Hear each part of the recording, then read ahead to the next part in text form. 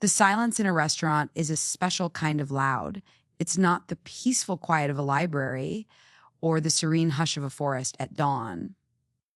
It's a hollow, echoing void filled with the ghosts of conversations that were supposed to happen.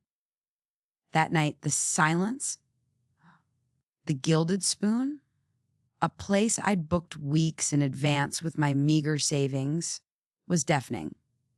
The crisp white tablecloth seemed to mock me. The single, untouched champagne flute at my table glinted under the low lights, a lonely monument to a celebration for one. I had spent the day floating on a cloud. The official email had landed that morning. Congratulations, Dr. Brinley Hayes, on your promotion to senior research developer. Senior? It was the culmination of 5 years of breathing, eating, and sleeping polymer chemistry. 5 years of hunching over beakers, running simulations until my eyes burned, and meticulously documenting every single failure and breakthrough. This wasn't just a job, it was my life's work. My baby, a revolutionary process that could turn mountains of single-use plastic waste, the stuff choking our oceans and landfills, into a durable, sustainable, and commercially viable building material. I called it polycrete. It was going to change the world, and it was mine. So I did what any newly promoted, world-changing scientist would do. I invited my entire department out to celebrate. 23 emails sent, 23 invitations to share in my triumph. And as the clock ticked past 8G100, then 8G30, then 900 p.m., the reality settled in my stomach like a lead weight. 0 RSVPs had turned into 0 attendees, not one person. My phone, which had been sitting face down on the table, buzzed. A spark of hope quickly extinguished. It was an Instagram notification. Talia, my best friend, my lab partner, the person who knew the molecular structure of polycrete almost as well as I did, had just posted a story. I tapped on the little colorful circle. The image was a cacophony of forced smiles and clinking glasses. The whole team was there. Quinn, my perpetually unimpressed department head, had his arm slung around Camden. And there, right in the center, was Talia, laughing, raising a glass to Camden, the man of the hour. The caption, written in bubbly pink font, read, "So proud of our boy Camden! Bon voyage and good luck on the new venture! We'll miss you!" My breath caught in my throat. A farewell party for Camden, my rival, the charismatic, silver-tongued marketing major who somehow landed a job in a high-level research lab and spent most of his time networking and taking credit for other people's work. My work? While I was in the lab running thermal degradation tests, he was in Quinn's office, strategizing. While I was writing the 100-page technical specification, he was creating a 10-slide PowerPoint with lots of graphics and presenting it to the board as collaborative effort. He was my polar opposite. I had a PhD in chemistry and materials science. I spoke in data and evidence in peer-reviewed certainties. Camden spoke in buzzwords and vague promises, but he said them with such confidence that people just believed him. Management loved him. They saw him as a leader, a visionary. They saw me as a glorified lab technician. The humiliation of sitting alone in that restaurant was a physical thing. A hot flush that crawled up my neck. I fumbled for my wallet, my hands shaking as I paid the bill for a party that never was. I walked out into the cool night air, the laughter from Talia's Instagram story echoing in my head. Betrayal is a funny thing. It's rarely a single dramatic stab in the back. It's more often 1,000 tiny paper cuts you ignore until you realize you're bleeding out. As I drove home, my mind raced, replaying the last few months. The way Quinn had started seeing Camden in all my progress reports. The way Camden would rephrase my findings in meetings, making them sound like his own insights. The way Talia had become distant, avoiding my eyes, her excuses for not hanging out after work becoming more and more flimsy. It was all there, a connect the dots puzzle of deceit that I had been too naive, too focused on the science to see. When I got to my small apartment, the pity party was in full swing. I kicked off my heels, threw my bag on the floor, and was about to collapse onto the sofa with a tub of ice cream when my phone started buzzing violently against the countertop. HR. Corporate. The screen read. My heart jumped. Why would HR be calling me at 9:45 p.m. on a Friday? Hello. I answered, my voice hoarse. Dr. Hayes, this is Margaret from Human Resources. I'm sorry to call so late, but we have an urgent situation. Her voice was clinical. There's been a catastrophic failure with the polycrete formula. The demonstration batch for the Board of Investors on Monday, it's not stabilizing. It's sludge. I blinked. Sludge. That's impossible. I ran the final stability tests myself last week. The sample was perfect. It exceeded all stress test metrics by 12%. Well, the batch Camden mixed for the presentation isn't perfect. She retorted, a hint of accusation in her tone. It's a complete mess. Quinn is apoplectic. The investors are flying in from Singapore. This deal is worth 9 figures. We need you to come in. Now, you're the only one who might be able to fix it. The irony was so thick I could have choked on it. They celebrate the man who they think created the formula, but when it all goes to hell, they call the woman who actually did. Camden mixed the batch. I asked, a cold, sharp feeling beginning to crystallize in my gut. Why? I'm the lead on this project. Protocol dictates I oversee all critical demonstrations.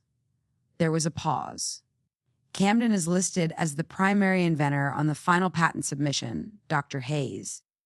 His farewell party was also a celebration of his new role, heading up the commercial production of his material at our new facility. Weren't you aware? The phone almost slipped from my hand. His material. The word slammed into me with the force of a physical blow. Primary inventor. He hadn't just taken credit in meetings.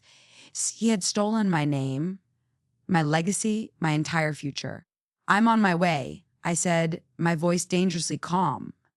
The self-pity, the hurt, the humiliation, it all evaporated, replaced by something cold and hard and sharp. A diamond of pure, unadulterated rage. They wanted me to come in and save their 9-figure deal. Oh, I was coming in, but I wasn't coming to save them. I was coming to get answers. And then I was coming for everything they had taken from me. The gloves were off. The drive to the Court R&D campus was a blur. My mind, usually a whirl of chemical equations and molecular bonds, was now a silent, focused engine of fury. I bypassed my usual parking spot and pulled right into one of the reserved executive spaces near the main entrance. Let them tow it. By the time I was done, they'd be lucky if they still had a company to tow it for. The lab, usually a place of quiet focus and discovery for me, felt alien. It was buzzing with a panicked, frantic energy. Quinn was pacing near the main mixing vat, his face a blotchy red, barking orders into his phone. A few junior techs were scurrying around, looking terrified.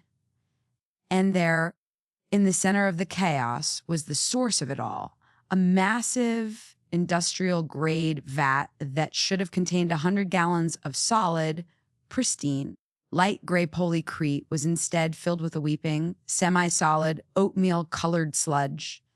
It smelled faintly of burnt plastic and failure. Quinn saw me and hung up his call abruptly. Hayes, finally. Look at this disaster. He gestured at the vat with a sweep of his arm. Camden followed the formulation documentation to the letter. He assured me it was identical to your small batch tests. What did you do wrong? I walked slowly towards the vat, ignoring him. I dipped a gloved finger into the goo. The texture was all wrong. Gritty. Unstable. The polymerization hadn't completed. The cross-linking had failed catastrophically. This wasn't a simple mistake. This was a fundamental misunderstanding of the chemistry. Where's Camden? I asked, my voice level. He's gone. Quinn snapped. Left for the airport an hour ago. He has a flight to catch with transition week, vacation before starting the new role. Said he triple-checked everything and the error must be in your original data. Of course, he did. The perfect little escape. Leave a grenade in the lab and then get on a plane, leaving me to either take the blame for the explosion or defuse it. And Talia? I asked, looking around. She went home. She was helping Camden all day. Looked pretty shaken up. Quinn said dismissively, now, are you going to stand there gawking? Or are you going to fix this mess you made? This mess you made. The accusation hung in the air. He had already tried and convicted me in his mind. I was the scapegoat.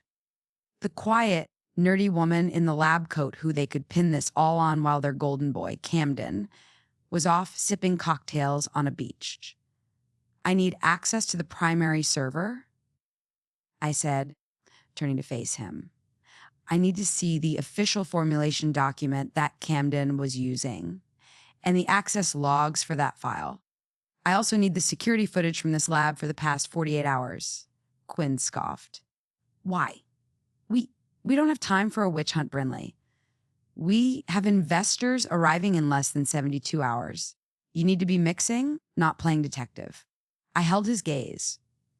The old Bryn would have flinched, would have mumbled an apology and gotten straight to work trying to salvage the unsalvageable. But the old Bryn had died in an empty restaurant a few hours ago. I cannot fix a problem without diagnosing it first, Quinn. I said, my voice laced with steel he'd never heard from me before. Either you get me what I need, or you can explain to the board on Monday how you let a 9-figure deal dissolve into a pot of go because you were too arrogant to listen to the only person who can actually read the recipe. Your choice. His eyes widened slightly, taken aback by my tone. He sputtered for a moment, then grumbled and jabbed a finger towards a junior tech. Get her whatever she wants. Anne Hayes, he added, his voice low and threatening. You'd better fix this. I didn't bother to reply. I walked over to the main lab terminal, my mind already working. This wasn't just about saving the deal anymore. This was about unearthing the truth. This was about war. The next few hours were a deep dive into a digital rabbit hole of betrayal. The tech, a young guy named Leo, who I'd always been kind to, quickly got me the access I needed. I started with the formulation file Camden had supposedly used. On the surface, it looked identical to mine. Same file name, same layout, but as I dug into the document's metadata, my blood ran cold. The last modified timestamp was from yesterday afternoon. The user, C. Evans, Camden. I pulled up my original, password-protected file from my personal network drive. Placing them side by side on the dual monitors, I began a line-by-line comparison. It was meticulous, almost perfect forgery. But he'd one small, arrogant mistake. In the catalytic stage, my formula called for a specific phosphine-based catalyst at a concentration of 0.2%. It was the secret sauce, the linchpin of the entire reaction, something I discovered after 18 months of trial and error. His version listed a more common, cheaper palladium-based catalyst at a concentration of 0.2%. To a layman, it was a meaningless typo. To a chemist, it was the difference between creating a revolutionary material and creating toxic sludge. He hadn't just made a mistake, he had deliberately sabotaged the formula. But why? To make me look incompetent, to ensure that when it failed, he was already gone and I was left holding the bag. It was diabolical. The next step was to prove it. I opened the server's access logs, and there it was, a digital trail of breadcrumbs. Camden's login, a download of my original file, polycrete and phenyl vinum BH coide and tail, docs. Then an hour later, an upload of a new file, Polycretin official formulation V1 docs, the file he had used. My heart was pounding. This was it. This was the proof. But the sick feeling in my stomach told me the story wasn't complete. How did he get past my password? It was a complex alphanumeric string, a tribute to the first stable molecule I ever synthesized in grad school. No one could guess that, unless someone gave it to him. With trembling hands, I searched the internal email server for correspondence between Camden and Talia over the last month. My stomach churned. There were dozens of messages, casual chats, lunch plans, and then I saw it. An email from Talia to Camden sent 2 weeks ago. The subject line was Project Info. The body of the email was short and brutal. Heard you were chatting with Quinn about taking the lead. Smart move. If you need the final spec docs from Bryn's personal drive, the password is her nerdy tribute to that dithylene molecule she's so proud of. It's C2X2Ni79. Good luck. You owe me one. I felt the air leave my lungs. It was like being punched in the solar plexus. This wasn't just Camden being an opportunistic snake. This was a conspiracy. And my best friend, the person I'd shared late night coffees and dreams of winning a Nobel Prize with, was the one who had handed him the knife. I leaned back in the chair, the fluorescent lights of the lab suddenly feeling harsh and interrogating. The pieces all clicked into place. Their shared lunches, their quiet conversations that would stop when I walked into the room. Talia's recent forgetfulness about key data points in our shared experiments, forcing me to rerun them and giving Camden more time to network with the brass.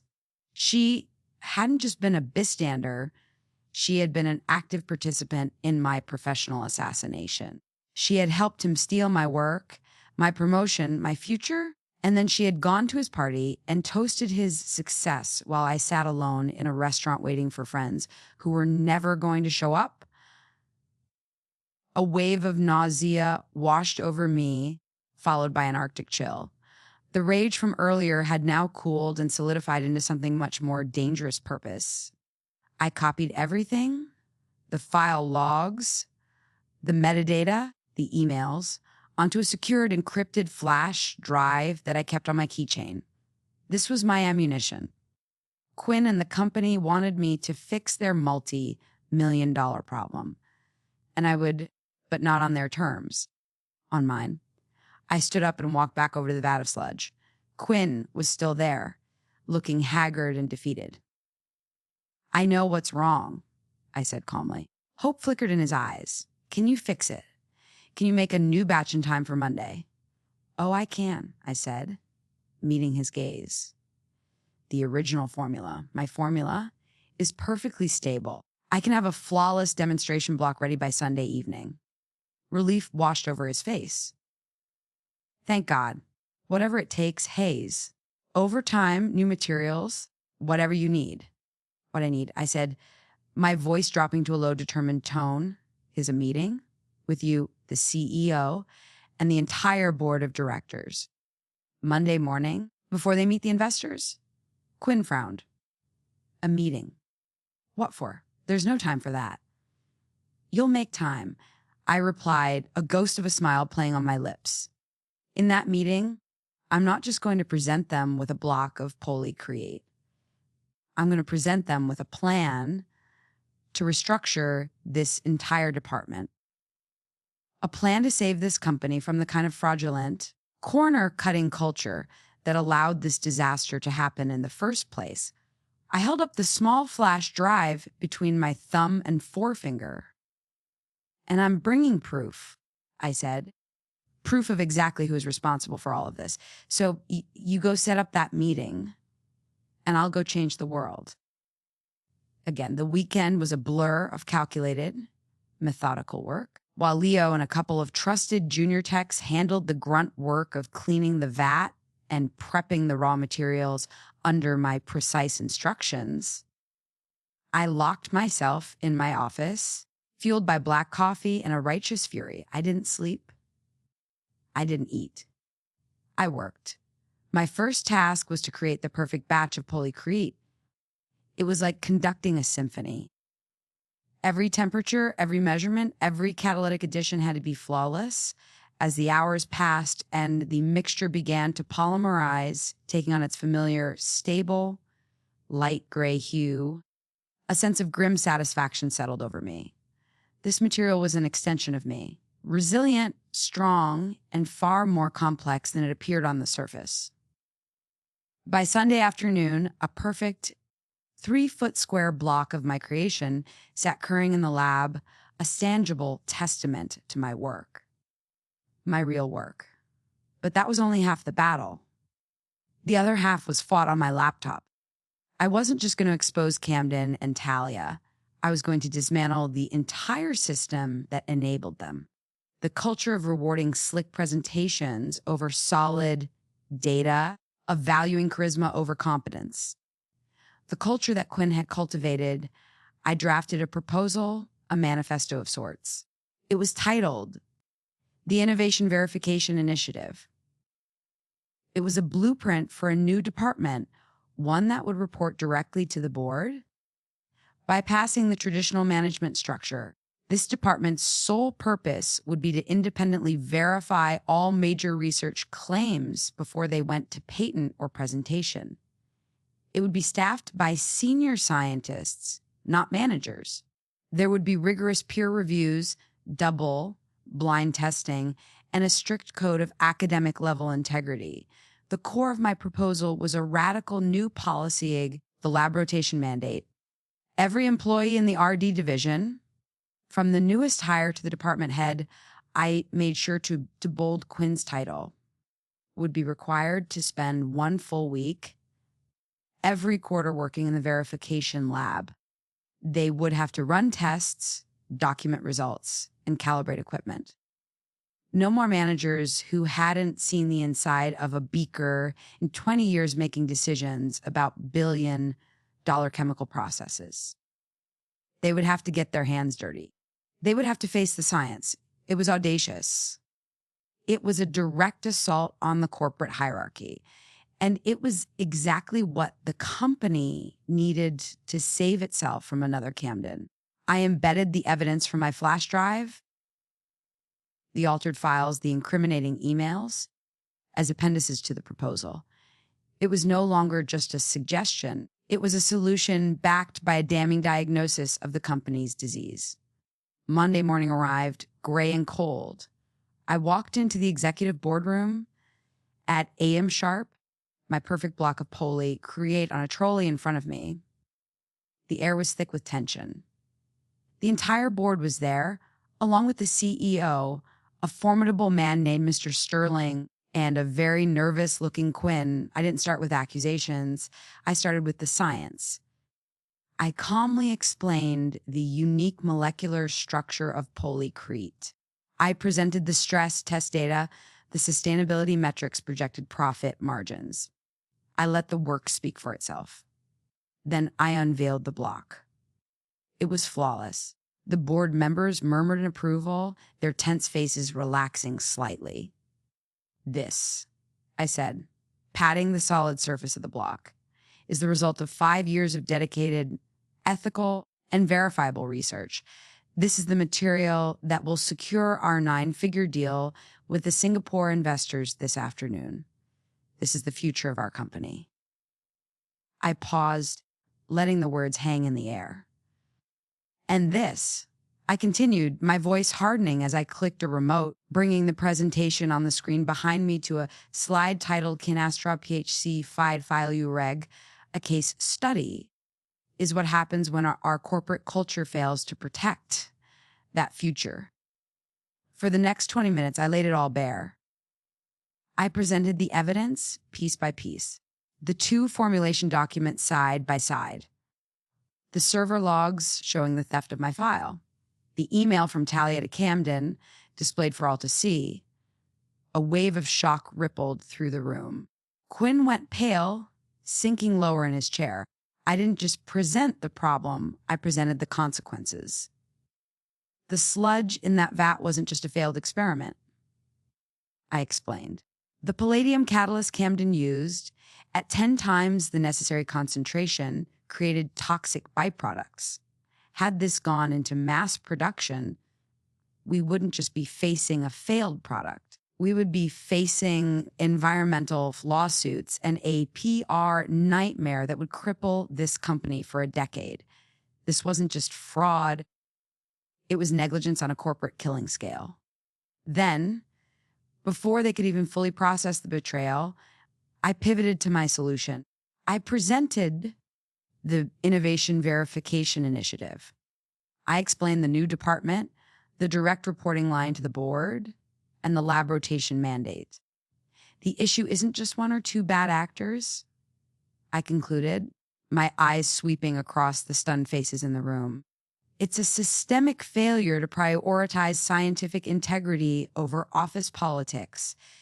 We need to change our culture from the ground up. We need to ensure that the people making decisions understand the science they are built upon. My proposal does that. Silence descended upon the room.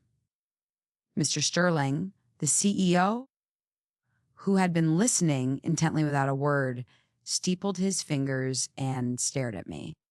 His expression was unreadable. Quinn started to stammer. This is an overreaction, a personnel issue that can be handled by HR Eb. Sterling cut him off with a sharp wave of his hand. Quinn, your department almost cost us the company. I suggest you listen. He turned his gaze back to me. Dr. Hayes, this is a bold and a disruptive proposal. Disruption is what this company was founded on. Mr. Sterling, I replied without missing a beat. We are supposed to be innovators.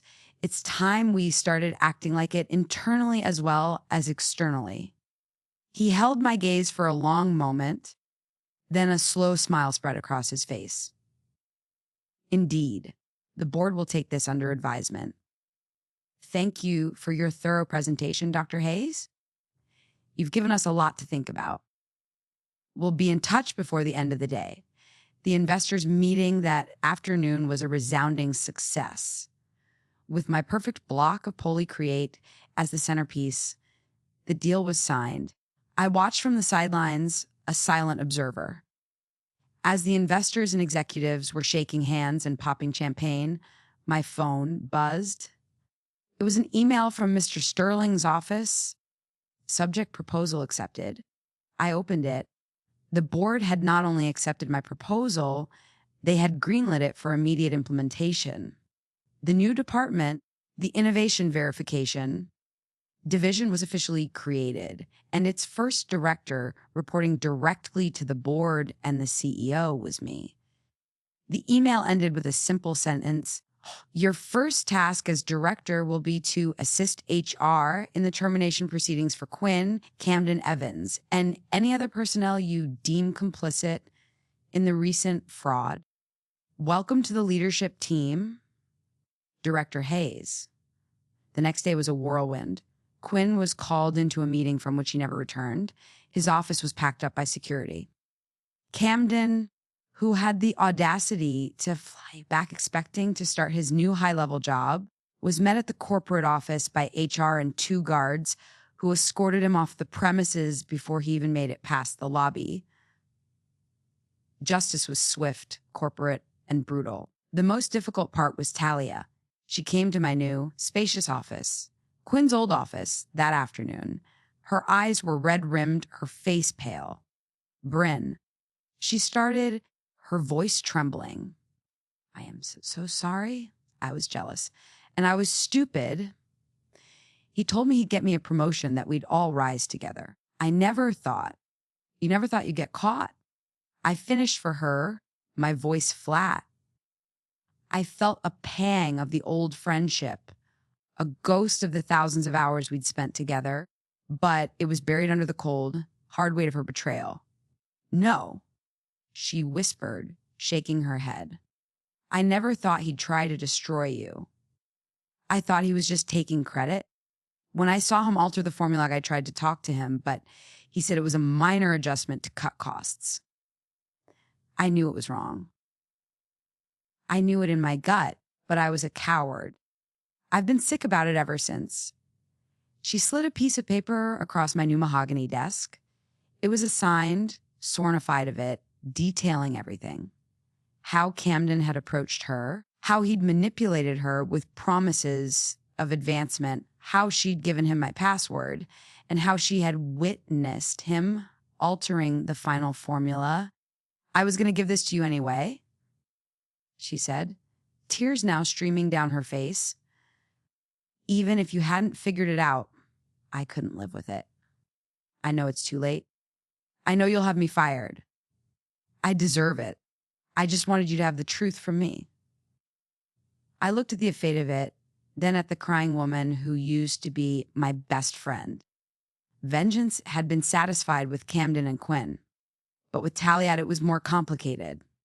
She had done a terrible thing, but in the end, her conscience had won. She had come forward. She had provided the final nail in Camden's coffin. I thought about my new role, my new department. I needed to build a team from scratch. I needed people who understood the system, both its strengths and its deep, corrupting weaknesses. I needed someone who'd made a terrible mistake and would spend the rest of their career making sure no one else ever got the chance to. "You're right," I said slowly. "You deserve to be fired." Talia flinched, a sob catching in her throat. "But this company doesn't need another body thrown on the fire. It needs to heal, and it needs people who understand how important integrity is because they know what it feels like to lose it." I pushed the affidavit back towards her. "I'm going to need an assistant director. The job will involve triple checking every single piece of data that comes out of RD. It will be tedious, thankless work. And you will report to me. Every single day, you will be reminded of the trust you broke and the standard you must now uphold. It's a second chance. It's the only one you'll ever get." Her head snapped up, her eyes wide with disbelief and a dawning, fragile hope. "Really? Don't make me regret it," I said, my tone leaving no room for argument. 6 months later, the company was thriving in a way it never had before. The Innovation Verification Department was the new standard for corporate integrity. The lab rotation mandate was a surprising success. Managers who had been out of touch for years were reconnecting with the science, and the ideas flowing from the bottom up were better than ever. My Poly Create formula, now under its proper patent with my name listed as the sole primary inventor, had gone into commercial production. It was a massive hit, lauded in trade magazines as the biggest breakthrough in sustainable materials in 50 years. That Friday night, I found myself driving to the Gilded Spoon. I walked in and asked for a table for one. The hostess led me to the exact same table in the corner where I had sat alone half a year ago. I ordered their best bottle of champagne. The waiter poured me a single, sparkling glass. I raised it, the light catching in the bubbles. I wasn't toasting a promotion this time. I was toasting something far more valuable: resilience, justice, the quiet, unshakable knowledge that I had been tested, betrayed, and pushed to the brink, and I had not only survived, I had remade the world around me in my own image. I took a sip. It tasted like victory. And this time, I didn't need anyone else at the table to share it with me. The silence in the restaurant was no longer loud or lonely. It was peaceful. It was mine